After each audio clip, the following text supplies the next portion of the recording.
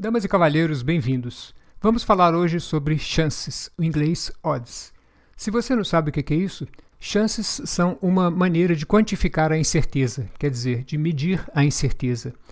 Normalmente a gente faz isso usando probabilidades. Por exemplo, se eu lanço esse dado aqui, qual a probabilidade dele cair com a face 6 para cima? A face 6 é 1 e o dado tem 6 faces, então a probabilidade são 1 sobre 6, 1/6. Agora, quais são as chances dele cair com a face 6 para cima? Se eu lanço esse dado, a chance que eu tenho de conseguir a face 6 é 1, mas a chance de conseguir uma das outras faces que não é o 6 são 5. Então, a chance de eu conseguir o 6 é 1 em 5, 1 para 5. Se você já conhecia as chances ou já viu aquele vídeo ali, você deve ter achado isso interessante, mas meio inútil, porque parece que a maior parte das aplicações são sempre para corridas de cavalo, apostas em jogos, coisas que não interessam a maioria das pessoas. Mas as chances têm uma aplicação importante numa área que a gente menos esperaria, que é a medicina. A medicina é uma ciência de incerteza e uma arte de probabilidade, como dizia aquele ali William Osler. E por isso ela usa probabilidades o tempo todo.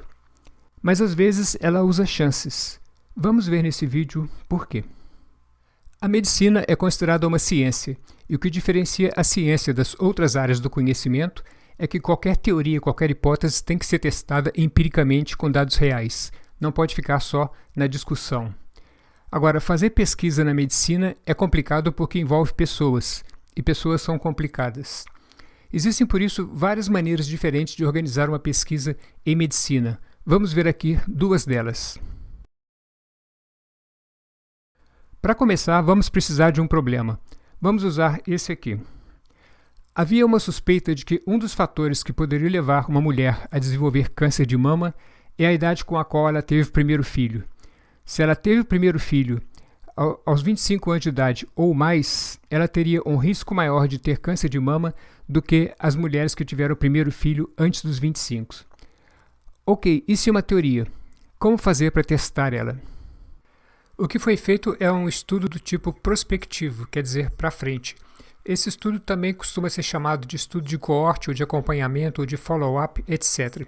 O que interessa é testar essa hipótese, que mulheres que tiveram o primeiro filho com 25 anos de idade ou mais têm maior risco de câncer de mama do que as que tiveram o primeiro filho antes dos 25 anos.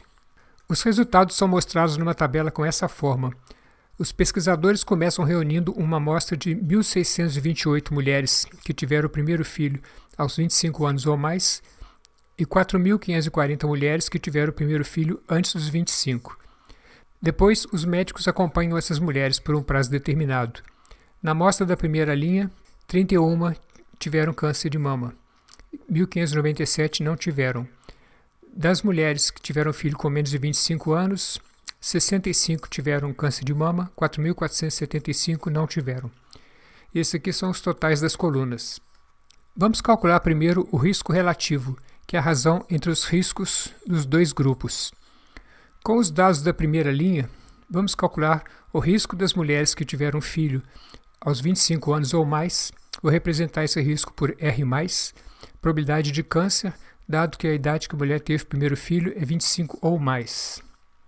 Essas 1.628 mulheres formam uma amostra que representa a parte da população composta pelas que tiveram o primeiro filho aos 25 anos ou mais. Se essa amostra for bem feita, podemos estimar, por meio desses dados, a probabilidade de uma mulher desse grupo vir a ter câncer. Houve 31 que tiveram câncer, num total de 1.628. Podemos então considerar que 31 sobre 1.628 é uma estimativa da probabilidade, quer dizer, do risco. Fazendo as contas, isso dá aproximadamente 0,019.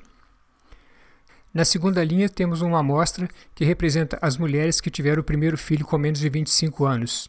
Vamos representar esse risco, a probabilidade do câncer para mulheres que tiveram filhos antes dos 25 anos. Essa probabilidade pode ser estimada pelo número das que tiveram câncer de mama em relação ao total, 65 sobre 4.540, o que dá aproximadamente 0,014. A razão entre esses dois riscos é chamada de risco relativo. Fazendo as contas, dividindo esse risco por esse daqui, isso dá aproximadamente 1,33. Agora, o que significa esse valor? Se o risco relativo for igual a 1, isso significa que a probabilidade de câncer para a mulher que teve o primeiro filho à idade de 25 anos ou mais é igual à probabilidade de câncer para a mulher que teve o primeiro filho com a idade de menos de 25 anos de idade. Ou seja, a idade não faria diferença nenhuma.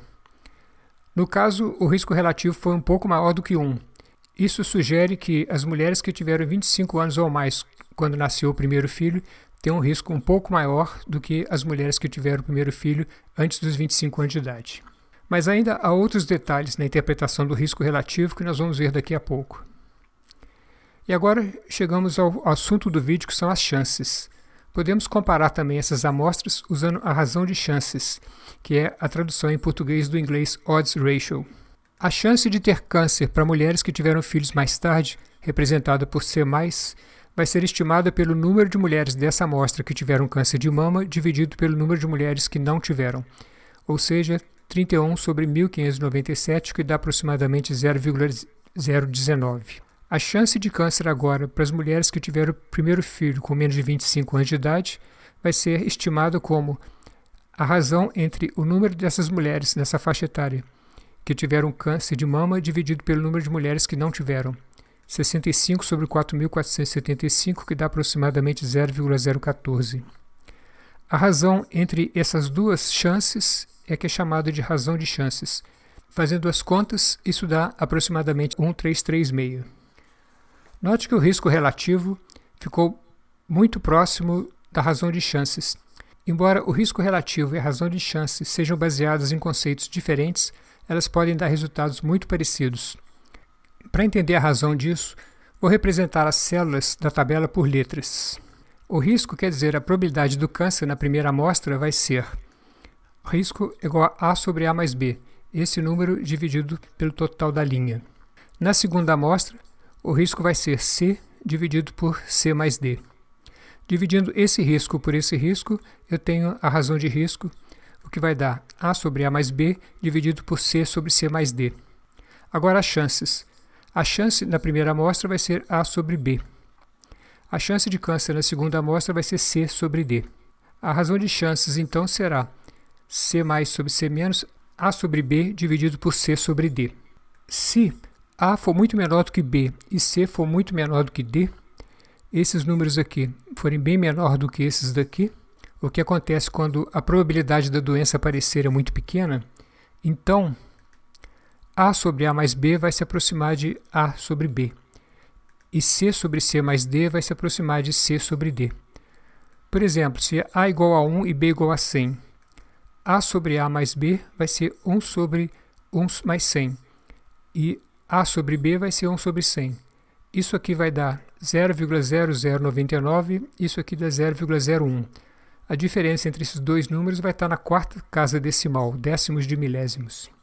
Se A for muito menor do que B e C for muito menor do que D, então, aqui na fórmula do risco relativo, isso aqui vai se aproximar de A sobre B, e isso aqui vai se aproximar de C sobre D.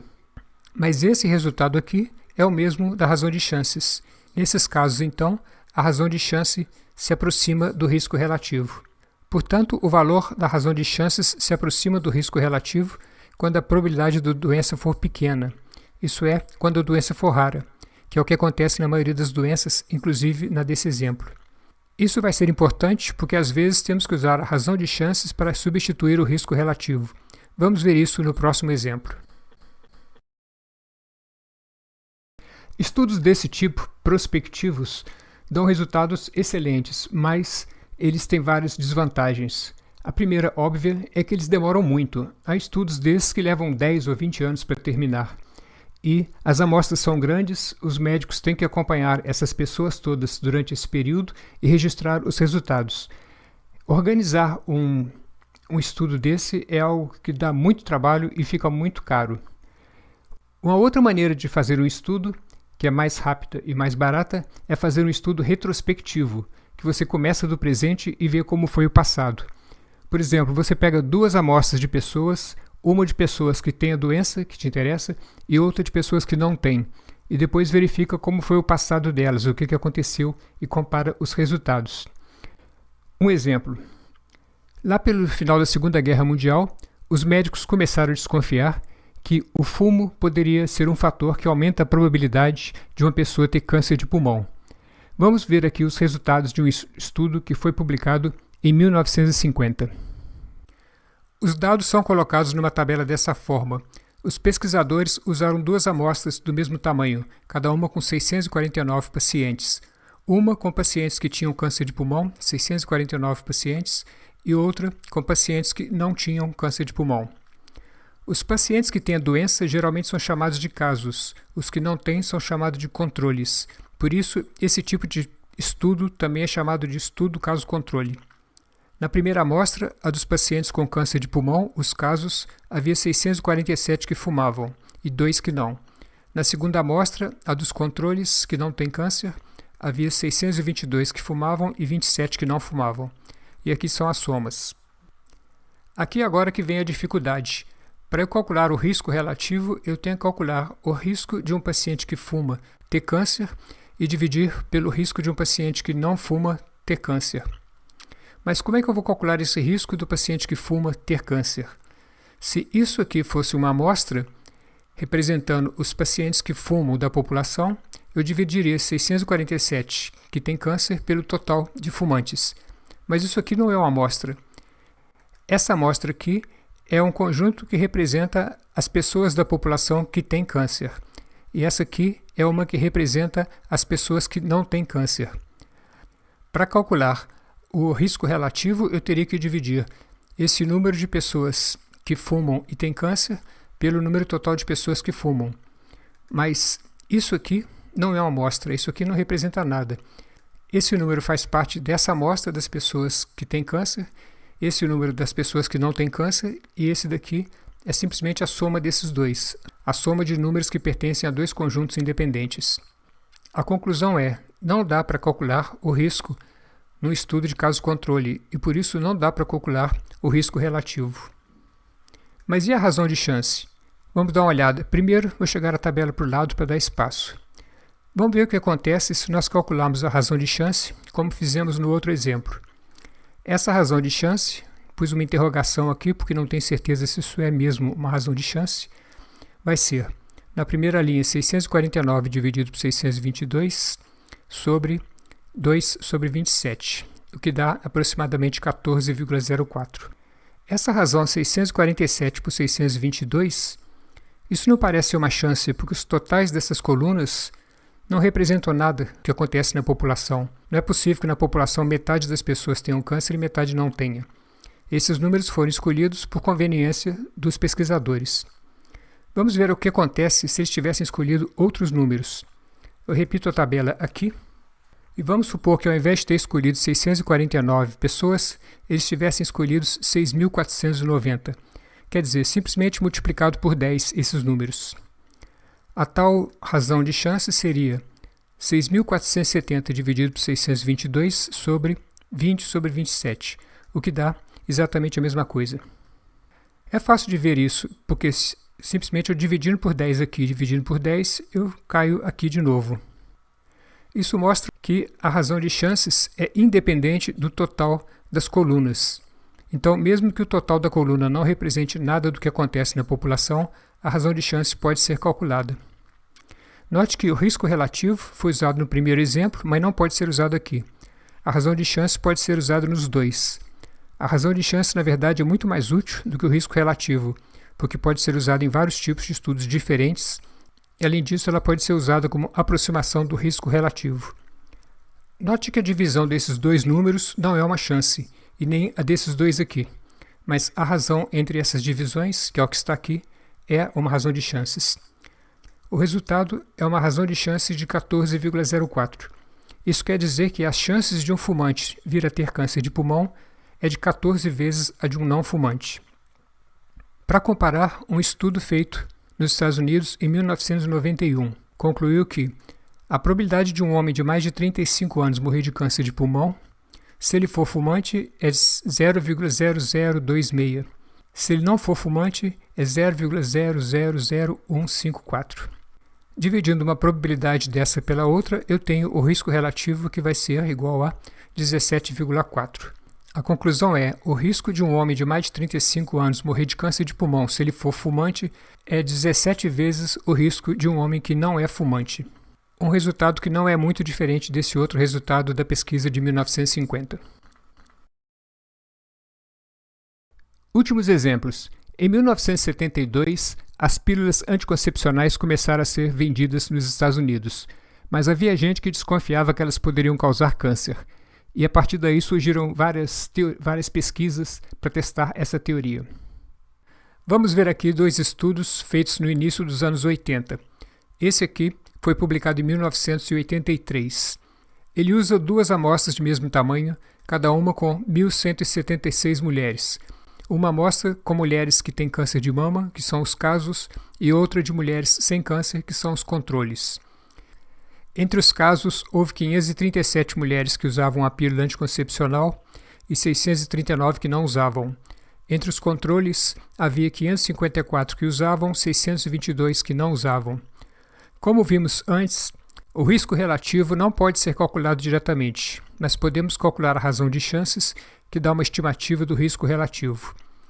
Essa razão de chances vai ser, fazendo as contas, 537 dividido por 554 sobre 639 dividido por 522, o que dá aproximadamente 0,94. O segundo exemplo sobre o mesmo assunto foi publicado um ano depois, em 1984, e usou duas amostras de tamanho diferente. Uma de 989 casos, mulheres com câncer de mama, e outra de 9.901 controles, mulheres sem câncer. Entre os casos, houve 273 que usavam anticoncepcional, entre os controles, 2.641. Calculando agora a razão de chance, isso vai ser 273 dividido por 2.641 sobre 716 divididos por 7.260, o que dá aproximadamente 1,05. O que podemos concluir disso aqui? O primeiro estudo deu uma razão de chance abaixo de 1, o que indica que quem usa pílula tem menor chance de ter câncer de mama de quem não toma a pílula. E o segundo deu o contrário, deu uma razão de chance acima de 1, o que indica que quem usa a pílula tem maior chance de câncer do que quem não toma. Se você já estudou um pouco de inferência estatística, já deve ter visto que qualquer estimativa feita a partir de uma amostra, como essas aqui, é apenas isso, é uma estimativa.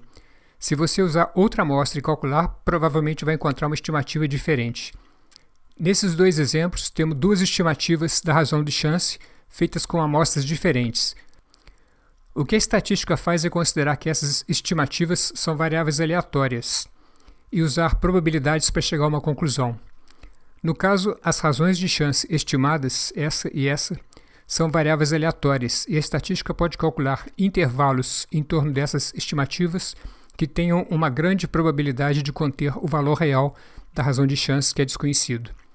Esses intervalos são chamados de intervalos de confiança.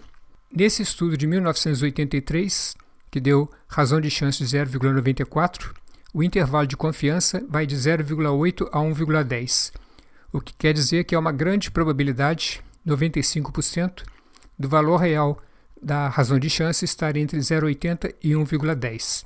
Se o valor real for perto de 0,8, isso quer dizer que a chance de ter câncer de mama para as mulheres que tomam anticoncepcional é um pouco menor do que para as mulheres que não tomam. Se for perto de 1,10, isso quer dizer o contrário. Esse tipo de intervalo é chamado em estatística de não significativo. Não dá para tirar nenhuma conclusão a partir dele. No outro estudo, de 1984, deu a mesma coisa. O intervalo de confiança vai de 0,90 a 1,21. Novamente, esse é um resultado não significativo, o que quer dizer que não podemos concluir que o uso de pílulas anticoncepcionais realmente aumenta o risco de câncer de mama. Isso não quer dizer que esses dois estudos tenham sido inúteis. Eles indicaram que o efeito da pílula no câncer, se existir, deve ser muito pequeno, talvez tão pequeno que na prática nem vale a pena nos preocuparmos com ele. Para terminar, vamos voltar àquele primeiro exemplo do vídeo, aquele sobre a idade com que a mãe teve o primeiro filho e o câncer de mama. A razão de chance calculada foi essa daqui, 1,336, e o intervalo de confiança é esse aqui, de 0,87 a 2,06, Novamente, o intervalo não significativo. Como a medicina hoje em dia é a área da ciência que mais faz pesquisa, existem vários livros específicos de estatística para a medicina. Eu tirei os exemplos desse vídeo, desses 4 livros aqui, 2 em português, 2 em inglês. Eu vou deixar a referência desses livros na descrição do vídeo. E por hoje ficamos por aqui. Obrigado pela visita e até o próximo.